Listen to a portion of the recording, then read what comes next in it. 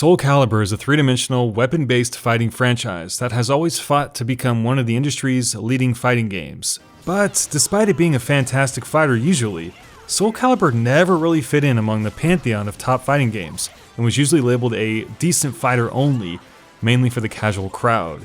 The franchise reached an all-time low with Soul Calibur V in 2012, and for a long time we wondered if Soul Calibur would ever come back, as Soul Calibur V was received incredibly poorly by the fighting game community. It's honestly been a hit-or-miss franchise, with declining sales to boot, and with the release of Soul Calibur VI, many gamers are wondering if the franchise has gotten back to what made it great in the first place. Soul Calibur's fighting system is incredibly satisfying and reminds me of the best of Soul Calibur, while introducing a few new systems that highlight it. The three-dimensional 8-way run returns, coupled with the reliance on vertical, horizontal, and guard impacts, as well as kicks. But unlike several Soul Calibur games of the past, 6 is a lot more focused and ditches much of the unnecessary complexity from Soul Calibur V. Right off the bat though, Soul Calibur VI has a relatively small cast of 20 characters, compared to 28 from the prior entry. Thankfully though, series veterans like Sophitia and Talon return. With a cast not reliant on clones, each fighter does feel relatively unique, though you will see some similarities across multiple characters such as Nightmare and of course Siegfried. If you want to create your own character, and likely you will, the feature is incredibly fleshed out. You can create some truly unique and detailed fighters, or just go crazy and make something that truly looks awful. I didn't mind the small cast of characters, but at the same time I was like, oh man, they could have done a little bit more here. When fighting, Soul Calibur VI performs a lot more smooth and consistent than Soul Calibur V. Unburdened by erroneous technical systems, fighting in Soul Calibur VI is just plain fun, and simple, and yet very sophisticated. The biggest addition is a mechanic called Reversal Edge, a kind of cinematic slow-motion style clash system that allows players to hit a kind of a rock, paper, scissors moment. There is this red blurry thing that happens, then both players input one of 8 commands: horizontal attack, vertical attack, kick, crouch, sidestep, guard, backstep, or guard impact. This grid here shows the dozens of combinations available of outcomes that may result, and the goal is pretty simple. Put yourself in a better position after the dice roll happens, depending on your tolerance for, of course, risk-taking. It's not just a binary decision though, as you'll have to consider other factors like how much health you have, what's the chance of a ring out, what round it is, how many resources you have, and the gambling tendencies of yourself and your opponents.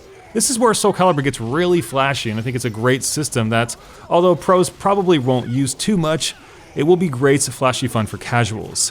Also new to 6 are Soul Charges, which you can activate with 1 bar of your meter. Soul Charges puts you in kind of like this god state for a limited time, with more moves and power, yet with fewer defensive options available to you.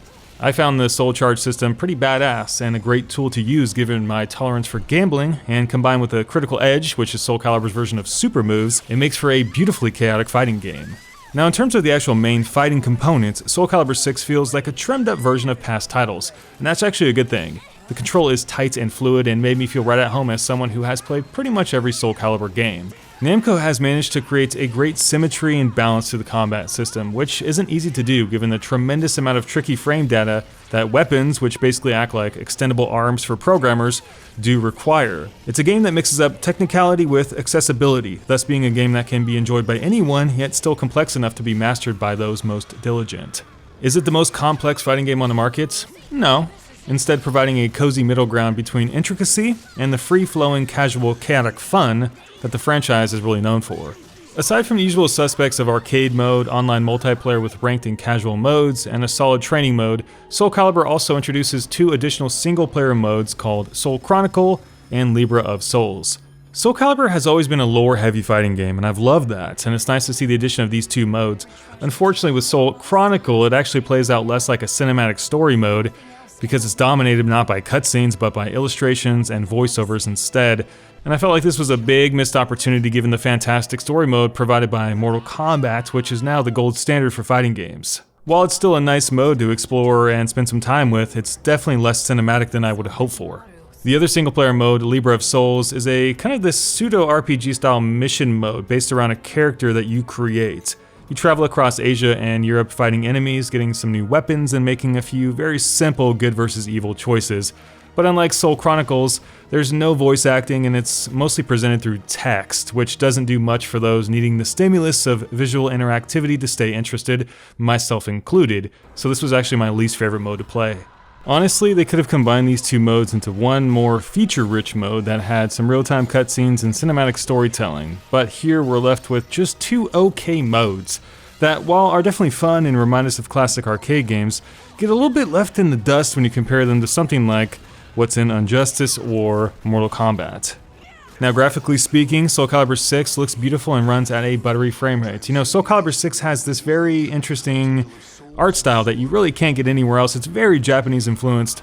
So, you know a Soul Calibur game when you see one, and this is definitely probably the peak of the artistry presented in a Soul Calibur game. It looks fantastic. And as standard with the franchise, the music accompanying it is enchanting. Unfortunately, Soul Calibur VI does have that slimy Day 1 DLC, a practice that is becoming increasingly common in fighting games today. One of the franchise favorites, Tira, does not come with the standard edition. You have to buy the season pass in order to get her, even though she was completed prior to the game's release. This is a pain point I'll never be okay with, as I feel like everything developed until the point of the release should be given to players should they buy the base game. No questions asked. This is not going to be a problem for everybody, but if you are planning to get all the content with Soul Calibur VI, just know that it's going to be way more than $60. So overall, Soul Calibur VI is a great fighting game, and in my opinion, the best Soul Calibur game that's come out in a long time. However, at $60 or $90 should you want the deluxe edition, it's a hard bargain for fans with limited disposable income. Even though I give Soul Calibur the big thumbs up, I can understand people who don't want to pay that much for a fighting game, especially one that has Day 1 DLC slathered on top.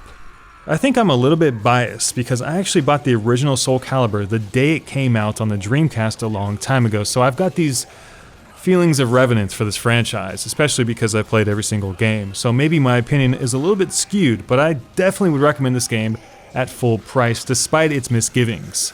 Because outside of the relatively small character pool, the off-putting Libra of Souls mode, and of course the Day 1 DLC and the shackling of Tira, there's very little wrong with this flashy fighting game. In fact, it's incredibly fun, it looks great, it runs great, and it's got a lot of cool features as well. In the end, I recommend picking up Soul Calibur VI at full price, only if you're a fan of Soul Calibur and you know you like the formula. But if you're just a casual fighting game fan and you're just looking for a new game to play, and money's tight right now, maybe wait for a small discount. Thanks for watching my Soul Calibur VI review today, guys. Hope you have a fantastic rest of your day, and make sure to drop those comments down below.